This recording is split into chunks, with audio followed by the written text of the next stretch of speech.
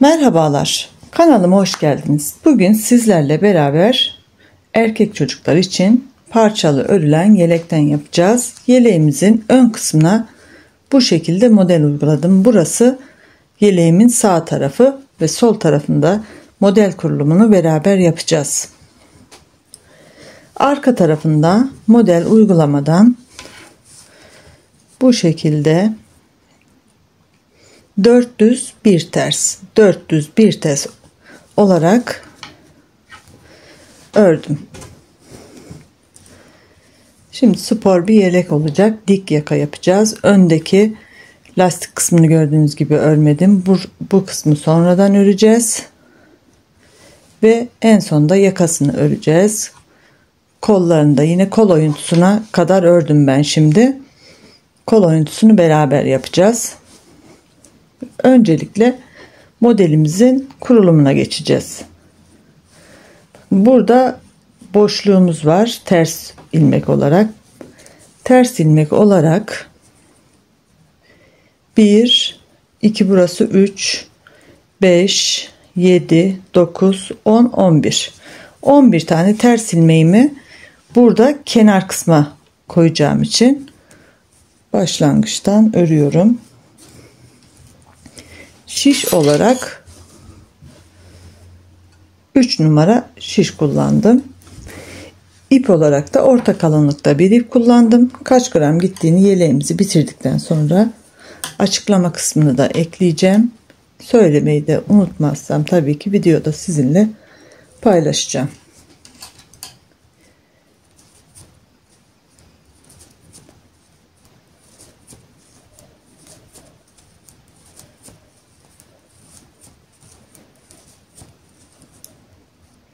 İki, 4, 6, 8, 9, 10 ve 11.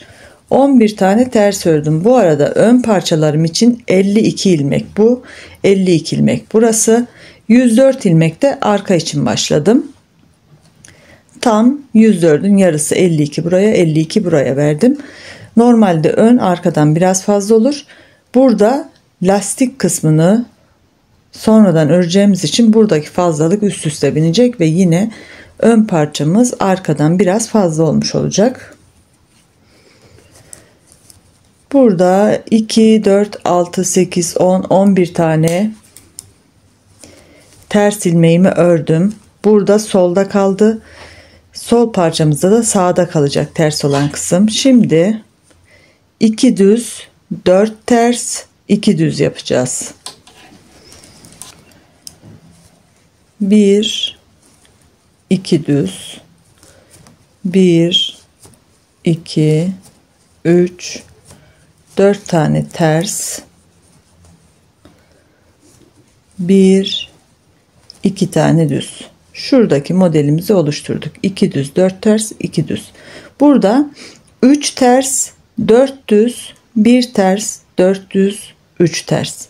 3, 4, 1, 4, 3 olacak. Ters ilmekle başlıyoruz. 1, 2, 3 tane ters ilmek. 1, 2, 3, 4 tane düz ilmek. 4 düz ilmeğin arasında bir tane ters, bir ters, yine 4 düz, 2, 3 ve 4. Şimdi 1, 2, 3 tane ters ördük. Şu kısmı da örmüş olduk. 2 düz, 4 ters, 4 düz, 4 ters, 2 düz. Buradaki modelimiz de bu şekilde olacak. 2, 4, 4, 4, 2. 2 düzle başlıyoruz. 1, 2, 1, 2, 3, 4 tane ters, 1, 2, 3, 4 tane düz, 1, 2, 3, 4 tane ters, 1 2 tane düz ve şu kenarda kalan kısımda 2 tane ilmeğimi de ters örerek sıramı sonlandırıyorum. İlk sıramızı tamamladık. Burada ilk sıramı tekrar edeceğim öncelikle. 11 tane ters ördük. 2 düz. Bakın şuradan tersten gidiyoruz yani. Buradaki örmüş olduğumuz kısmı. 11 tane ters, 2 düz, 4 ters, 2 düz, 3 ters, 4 düz, 1 ters, 4 düz, 3 ters, 2 düz, 4 düz, 4 düz, pardon 4 ters, 4 düz. Şu kısım 4 ters, 4 düz. Sonra yine 4 tane ters, 2 tane düz ve 2 tane tersle buradaki sıramızı tamamladık. Burada da bakın burada 11 tane tersle başlamıştık. Şu kısımdan şöyle sayarak bu kısmı uyguladık. Burada da gördüğünüz gibi ilk modeli kurarken 2 ters, 2 düz, 4 ters, 2 düz, 4 ters, 4 düz pardon, 4 ters, 2 düz, 3 ters, 4 düz, 1 ters, 4 düz, 3 ters, 2 düz, 4 ters, 2 düz ve 11 tane ters olarak kurulumu yapacağız. Bunu nasıl büyütürüz derseniz, diyelim 1-2 yaş büyüteceksiniz. 1-2 yaşta genellikle 1 santim 2 santim büyüttüğünüz zaman 1 santimde 1 yaş büyütmüş oluyorsunuz bir beden. Genellikle öyle oluyor. Bedenler arası ölçü. O zaman da 4 tane 8 tane ya da 6 tane ilmek artırma yapmış oluyorsunuz. Şu kısımdaki şu modeli şuradaki gibi yanına bir model daha uygulayarak ikili de yapabilirsiniz. Bakın şurada bu birincisi, burada bir tane de burası, buraya ekleyerek çoğaltabilirsiniz. Bu kısmın boş olmasını istemezsiniz. Bu ölçüyle de aynı şekilde ikili model yapabilirsiniz. Şimdi arka sıramıza geçiyoruz. Arka sıramızda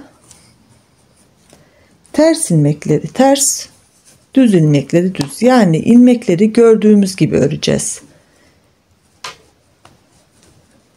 Örüyorum. 2 tane ters ilmeğim var. 1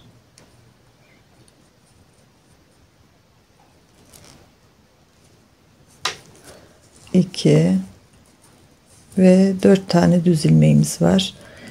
1 2 3 4 1 2 3 4 tane ters ördüm. 1 2 3 4 tane düz ördüm. 1 2 tane ters ördüm. 1 2 3 düz. 1 2 3 4 tane ters ilmek,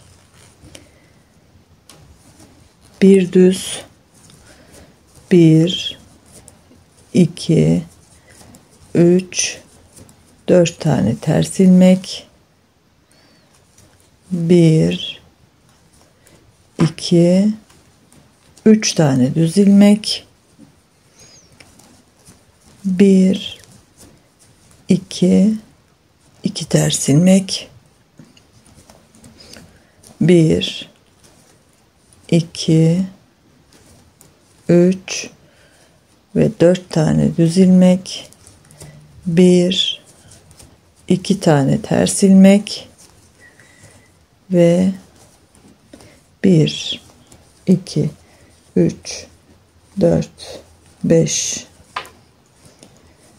6 7 8 9 10 ve 11 tane düz ilmek ördük. Arka sıramızı tamamladık. Ön sıramızdayız. Ön sıramızda şimdi 1 2 3 4. sırada yapmışız. Biraz ilerlememiz gerekecek. Burada ilk büklümü yapacağız. Şuradaki modellerimizi uygulamayacağız da. Şimdi burada 11 tane tersimi örüyorum hemen. 4 5 7 8 9 10 11 1 2 1 2 3 4 1 2 1 2 3 ilmek. 3 tane ters ilmeğimi ördüm. Şuradaki modelimizi uygulamaya geçeceğiz şimdi. Gördüğünüz gibi burmalarımız içten dışa doğru kaymış. Yani burada 2 4 var. 4 tane düz ilmek var. Şöyle 3. ve 4. ilmeği sağ şişime alıyorum. Diğerini hemen şu dibinden tutuyoruz ilmeklerin kaçmasın diye. Sol şişimize tekrar aldık ve yerlerini değiştirdik.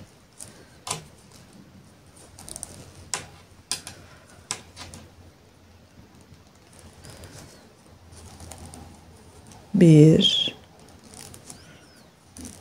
iki, üç ve 4. Sağ tarafı tamamladık. Arada bir tane ters ilmeğim var.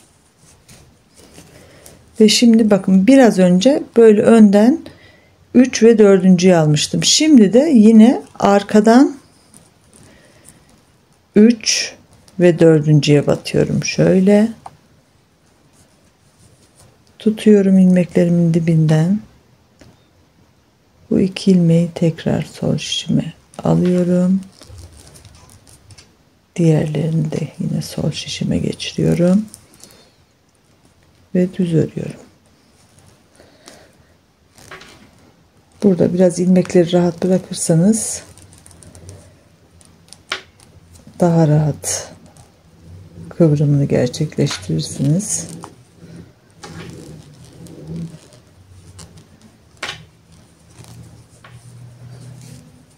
Sol tarafı da tamamlamış olduk. Şimdi kalan ilmeklerimi örüyorum. 3 tane ters ördüm. 1 2 düz, 1 2 3 4 tane ters ördüm. 1 2 3 4 tane düz ördüm. 1 2 3 4 ters, 1 2 düz ve 2 tersle sıra sonuna geliyoruz. Arka tarafta yine ters ilmeklerimizi ters, düz ilmeklerimizi düz. Yani ilmeklerimizi gördüğümüz gibi örelim, ön tarafta buluşalım. Örgümün ön sırasına geldim. Şimdi ilk başta 11 tane ters ilmeğimi örüyorum hemen.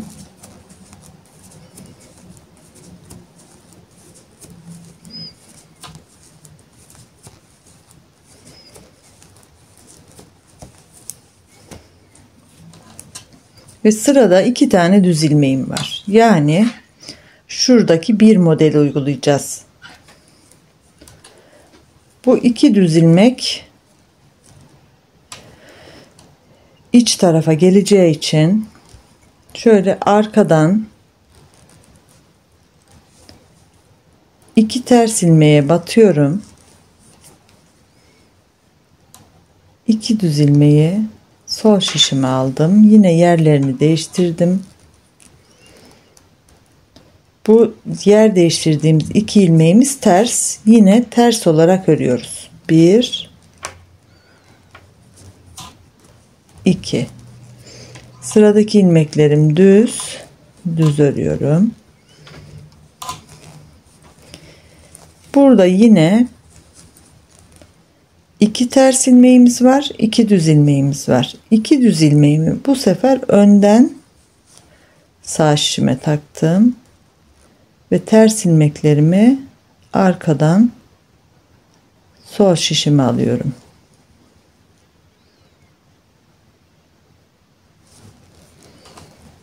Düz ilmekleri tekrar sol şişe takıyoruz ve sırada düz ilmeklerimiz var. İlmeklerin yerini değiştiriyoruz ama örülme şeklini, yani düz ya da ters ördüğümüz şeklini değiştirmiyoruz. Şimdi 2 ters ilmeğimi de ördüm. Burada 3 tane daha tersim var. Devam ediyorum. Ve modelimizin birleşimi bakın bu şekilde olacak.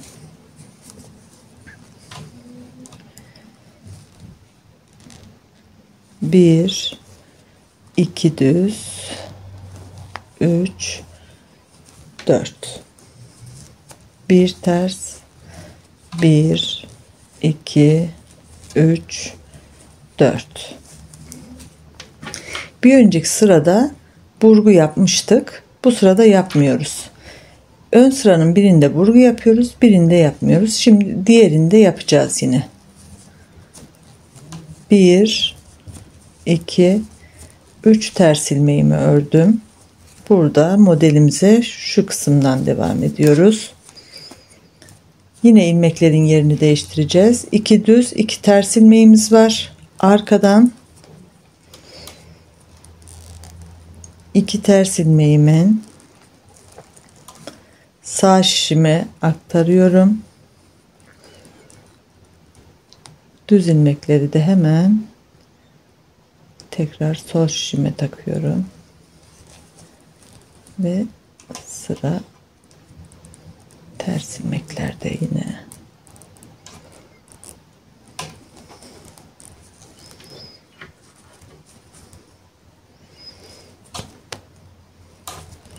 Sıradaki 2 ilmeğimiz ters. 1, 2. 2 düz ilmeğimiz var. 1, 2.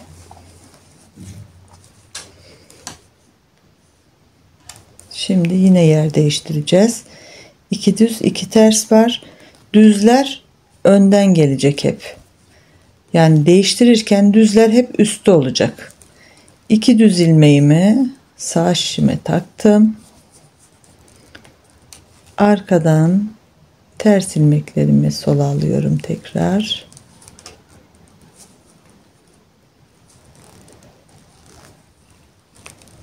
Bir, 2. 1, 2. Burada birinci modeli tamamladık. İkincideyiz. Yine 2 düz, 2 ters ilmeğimiz var. Dediğim gibi düz ilmekler hep ön taraftan değişecek. Arka taraftan sıradaki 2 ters ilmeğe batıyorum. Ve 2 düz ilmeği önden sol şişime aldım. Yerlerini değiştirdim. Burada 2 ters örüyoruz. 1, 2. 1, 2. Yine sıradaki ilmeklerimizi değiştiriyoruz. Düz ilmeklerimi önden, ters ilmeklerimi arkadan değiştirdim.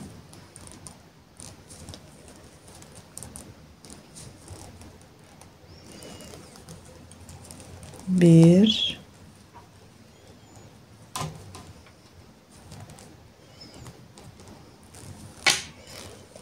2, 1, 2, 3, ve 4. ilmeğimi de ters ördüm, sırayı tamamladım. Arka sırada yine ilmekleri gördüğümüz gibi örelim, ön sıraya gelelim. Yine ön sıraya geldik. Bakın modelimiz gayet belirginleşti. Şurada 11 değil de 13 tane ters ilmeğimiz oldu yer değiştirdiğimiz için. Şimdi hemen burayı örerek başlayalım. 2 3 4 5 6 7 8 9 10 11 12 13 13 tane ters ilmeğimi ördüm. Burada bu sırada işlem yapmayacağız. Sırada 4 tane düz ilmeğim var. 4 düz ilmek ördüm.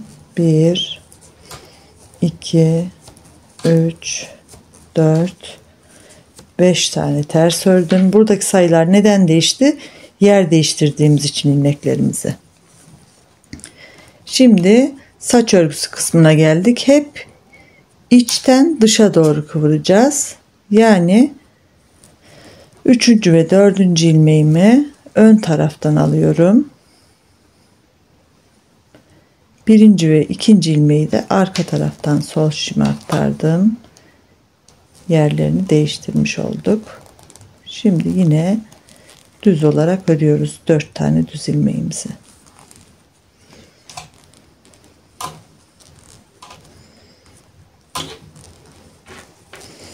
Dört düz ilmeğimi ördüm. Bir ters ördüm. Tekrar şimdi burada da vuracağız. Yine içteki dışa doğru geleceği için arkadan batıyorum şimdi. 3. ve 4. ilmeğime. Önden de ilk 2 ilmeği aldım.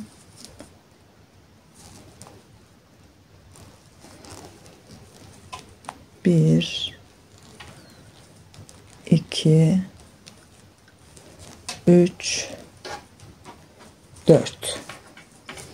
Yine bakın yer değiştirdik ve burgumuz gayet düzgün belirginleşti. Şimdi sırayı yine olduğu gibi örüyorum. 5 tane ters ilmek ördüm. 1 2 3 4 4 düz ilmekten sonra 1 2 3 4 1 2 3 4 düz ilmek ve sonda 4 tane ters ilmeğim kaldı. Sıramı tamamladım. Arka sırada yine ilmekleri olduğu gibi örelim. Ön sıraya gelelim. Tekrar ön sıramıza geldik. Ve burada bakın aradaki mesafe tamam oldu.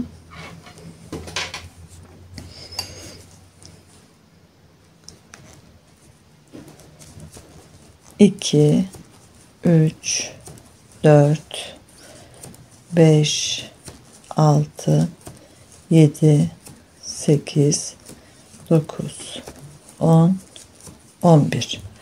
11 tane ters ilmeğimi ördüm. Burada yine ilmek değişimi yapacağız. Düz ilmeklerimiz hep önde olacak demiştim. Şöyle 2 düz ilmeğimi ön taraftan sağ şişime alıyorum. Sıradaki 2 ters ilmeği de arka taraftan sol şişe alarak yerini değiştirdim.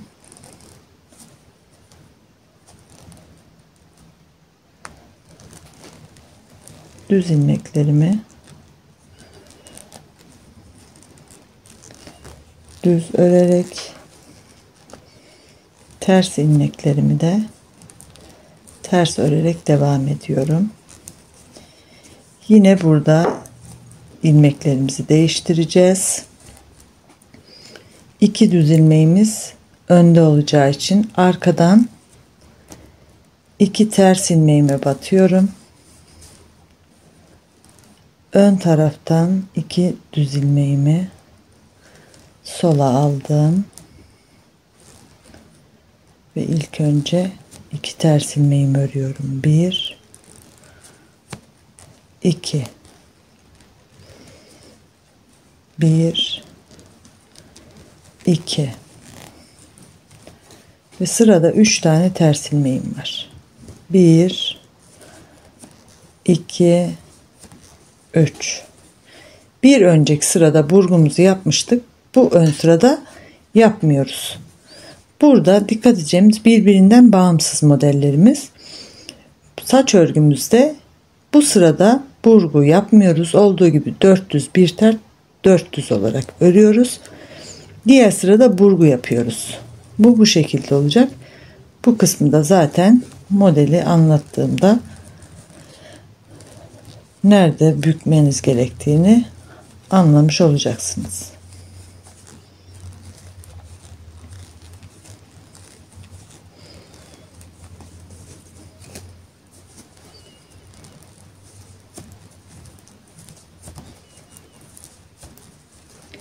Üç tane ters ilmeğimi ördüm burgunun ilmeklerinden sonra. Burada yine ilmek değişimi yapacağız.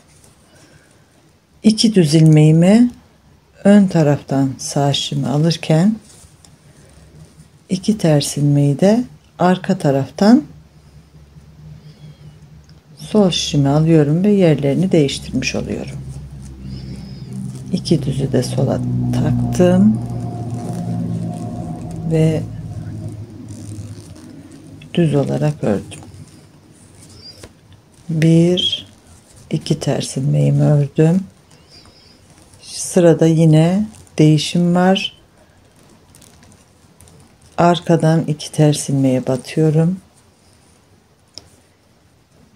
2 düz ilmeğimi önden sol şişime aldım.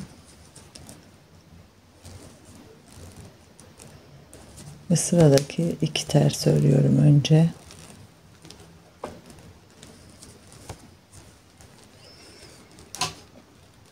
Şimdi 2 düz ilmekte. Burada yine değişim yapacağız. Sıradaki ilmeğimiz ters olduğu için düz ilmeklerimiz 3. ve 4. önden batıyorum. Ters ilmeklerimi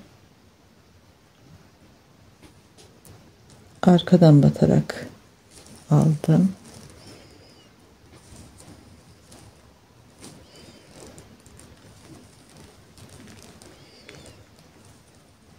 Bir, 2 düz ilmeğimi ördüm.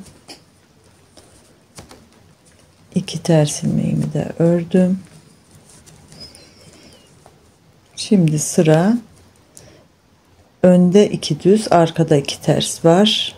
Arkadan 2 ters ilmeğime batıyorum.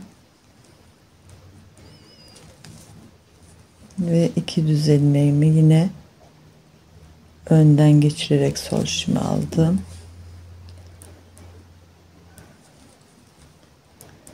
Ters ilmeklerimi de şişime geçirdim.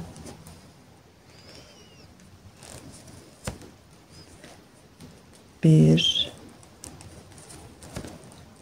2,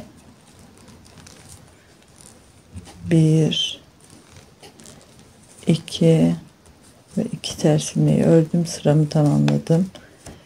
Ben biraz sık ördüğüm için değiştirirken biraz yavaş yapıyorum, ilmeğimi kaçırmamak için.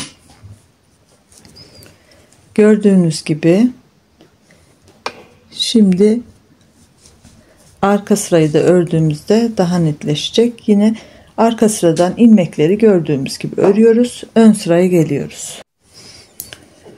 Ön sıraya geldim. Gördüğünüz gibi ilmeklerimiz aynen ilk başlangıçta modelimizi kurduğumuz kısım gibi oldu. Yani burada nasıldı? 11 ters, 2 düz, 4 ters, 2 düz. Burada da aynı şekilde 11 ters, 2 düz, 4 ters, 2 düz ve aynı sayılarla devam ediyor. Yani buradan sonrasında nasıl ilk sırada modelimizi kurduk, arkadan kurduk, önden arkadan ördük. Bu sırada hiçbir işlem yapmadan sadece burgumuzu yapacağız. Gerçi diğer şeyde yapmamıştık ön sırada. Bu sırada sadece burgumuzu yapacağız. Yani 4 ilmeğin yerini değiştireceğiz. Şu kısımları olduğu gibi öreceğiz. Bir sonraki sırada da yine burada yaptığımız gibi düz ilmekleri birleştireceğiz. Yani sürekli tekrar olacak. Şuradaki petek modeliyle burgu modelinin herhangi bir bağlantısı olmadığını düşünün. Burgu modelini bir ön sırada burduğumuz zaman ikinci ön sırada düz öreceğiz. Üçüncü ön sırada buracağız. Dördüncü ön sırada düz öreceğiz. O şekilde düşünün. Burada da ilmeklerimizin yerini değiştirdikten sonra ikinci burada değiştirdik. Arkadan ördük geldik. Şimdi değiştirme olmadan düz öreceğiz.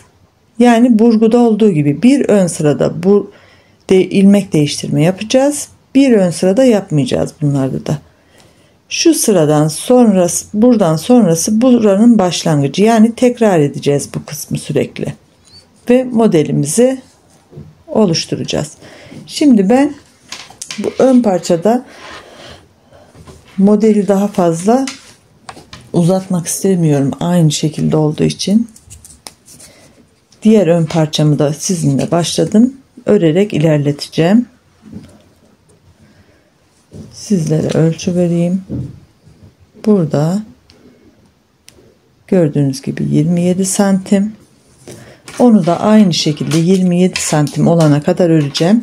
27 santim model olarak da sayarsanız bakın şurası yarım. Burayı saymayalım. 1, 2, 3, 4, 5, 6, 7, 8, 9, 10. 11 tane buradaki petek modelini tamamlayacağız. Ve kol oyuntusunu ikinci videomuzda beraber yapacağız. Şöyle eninin ölçüsünü de sizlerle paylaşayım. 16 santim. Enimizde ön taraf. Başlangıç ilmeğimiz 52 idi. Şiş numaramız 3 numaraydı. Şimdi modelimizi yapalım. Parçalarımızı hazırlayalım. Ve ikinci videomuzda da arka ve ön parçanın kol oyuntusunu beraber yapacağız. Umarım beğenmişsinizdir. Yapacak olanlara şimdiden kolaylıklar diliyorum. İzlediğiniz için çok teşekkür ediyorum. Bir sonraki videoda buluşuncaya dek hoşça kalın. Kendinize çok iyi bakın.